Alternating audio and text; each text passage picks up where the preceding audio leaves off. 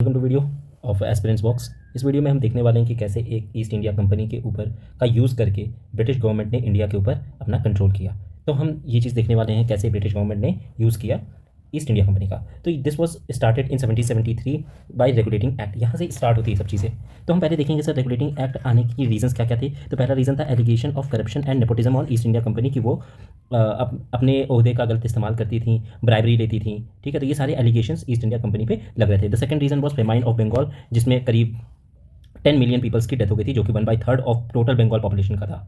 The third reason was the dual government of Robert Clive. Robert Clive का ये जो dual government का system था वो काफ़ी कॉम्प्लेक्स था, जिसमें इसने दीवानी राइट्स कंपनी के नाम पे ले ली थी और निजामत राइट्स नवाब ऑफ बंगाल देखते थे। दीवानी राइट्स क्या होती है? दीवानी राइट्स जैसे कि जो रेवेन्यू कलेक्शन होता है, जो टैक्स कलेक्शन होता है, उसको हम दीवानी राइट्स बोलते हैं। और निजामत राइट्स होती हैं जैसे कि आपका सिविल एडमिनिस्ट्रेशन हो गया, जुडिशरी हो गई, डिफेंस हो गया, ये सारी चीज़ें नवाब ऑफ बंगाल देखते थे। ये रॉबर्ट क्लाइव ने after the battle of Buxar 1764 के बाद ये ट्रीटी साइन की थी इन ट्रीटी ऑफ इलाहाबाद। उसके बाद defeat of company against Mysore Hyder Ali in 1769। Hyder Ali से फर्स्ट एंग्लो मैसूर वॉर हुआ था 1769 में, जिसमें हैदर अली ने ईस्ट इंडिया कंपनी को हरा दिया और ये धमकी भी दी थी कि हम मद्रास कैप्चर कर लेंगे।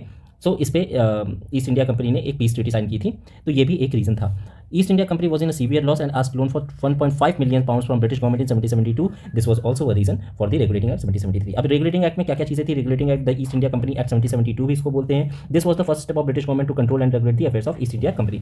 तो सबसे पहला काम इसने क्या किया कि गवर्नर ऑफ बंगाल को चेंज करके गवर्नर जनरल ऑफ बंगाल बना दिया और पहले गवर्नर जनरल ऑफ बंगाल बने हमारे वैरेन हास्टिंग। उसके बाद इन वैरेन हास्टिंग को गवर्नर जनरल ऑफ बंगाल को असिस्ट करने के लिए एक एग्जीक्यूटिव काउंसिल भी बनाई, जो कि फोर्ट विलियम पे 4 मेंबर के काउंसलर्स थे, जो कि थे lieutenant general John Clavering, George Monson, Richard Barwell and Philip Francis.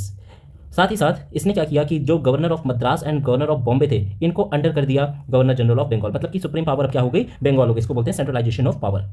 Third thing जो रेगुलेटिंग एक्ट 1773 ने किया, that is the let the provision of establishment of supreme court at Calcutta. ये भी आपका फोर्ट विलियम पे ही बना था। ठीक है, ये फोर्ट विलियम पे बना था। This was the first supreme court. और इसके पहले चीफ जस्टिस हमारे बनते सर एलिजा एम्पे, जिसमें 4 जजेस बैठते थे, जिसमें एक चीफ जस्टिस थे हमारे सर एलिजा एम्पे।